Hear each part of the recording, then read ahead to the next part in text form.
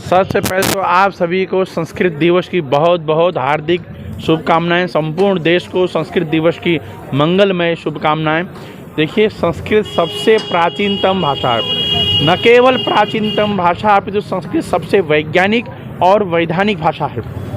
यदि हमारी संस्कृति, हमारी परंपरा, हमारे रीति रिवाज, हमारी पद्धति, हमारी विधा यदि जीवित रखनी है, इनको आगे बढ़ाना है, इनका संरक्षण करना है, इनका संवर्धन करना है, तो सबसे पहले संस्कृत का संरक्षण और संवर्धन होना जरूरी है।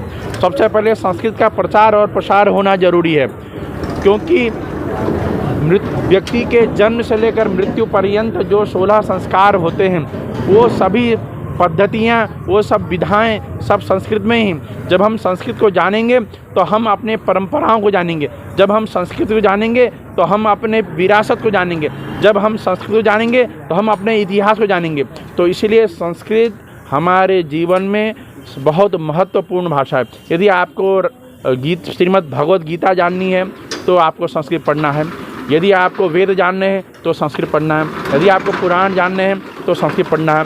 संस्कृत नासा के अनुसार संस्कृत आने वाले समय में सबसे कंप्यूटर के लिए सबसे उपयुक्त भाषा होने वाली है, और आगे की जो जनरेशन है वो संस्कृत की आने वाली है, ऐसा वैज्ञानिकों का भी कहना है। बहुत लोग संस्कृत के ऊपर रिसर्च कर रहे हैं और भी बहुत सारी बातें हैं, लेकिन संस्कृत हमारी विरासत है, इतनी पुरानी भाषा है, और हमें इस विषय पे ध्यान देना चाहिए कि हमारी विरासत को, हमारी संस्कृति को जब विदेशी लोग अपना रहे हैं और हम लोग क्यों भूल रहे हैं।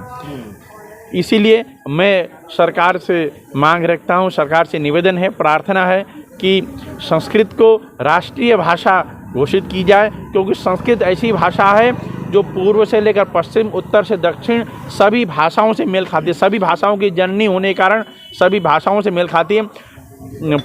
इधर की उत्तर की हिंदी से लेकर और दक्षिण भारत की द्रविड़ भाषा, तमिल भाषा तक सब संस्कृत से ही उत्पन्न हुए हैं। इसीलिए संस्कृत सबसे उपयुक्त भाषा है राष्ट्रीय भाषा बनाने के लिए। संस्कृत दिवस की सभी देशवासियों को ढेर सारी शुभकामनाएं। और आज हमारे क्षेत्र में इसका प्रचार हो रहा है और हमें गुरुकुल वालों ने हमें बुलाया, उसके लिए मैं उन सब का धन्यवाद करता हूं। और क्षेत्र में इसका प्रचार कर रहे हैं उसके लिए भी मैं इनका बहुत बहुत धन्यवाद करता हूं, क्योंकि ऐसा आयोजन होना चाहिए। और हमारी भी जो भी मदद होगी हम आगे से मदद इससे ज़्यादा मदद करेंगे।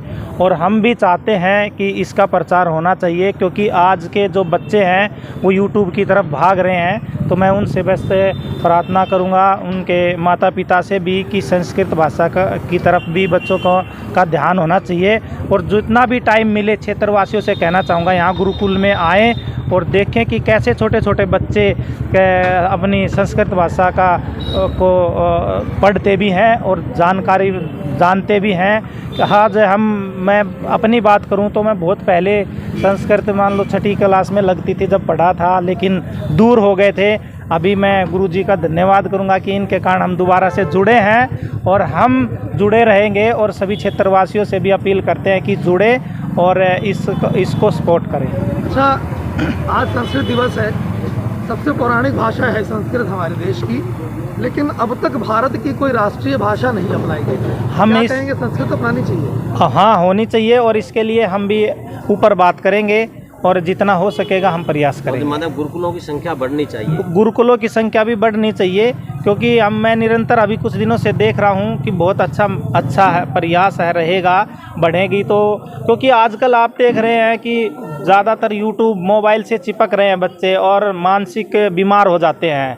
तो इससे छुटकारा पाना है तो ये ऐसे गुरुकुल बनाने पड़ेंगे। और इनका भी हमें, जैसे आज है तो सभी क्षेत्रवासियों से और आपका चैनल का भी मैं बहुत बहुत धन्यवाद करता हूं कि इस में आप भी साथ दे रहे हैं। और आपको भी कहूँगा कि ज़्यादा शेयर करें और सबको आप भी एक संदेश दें।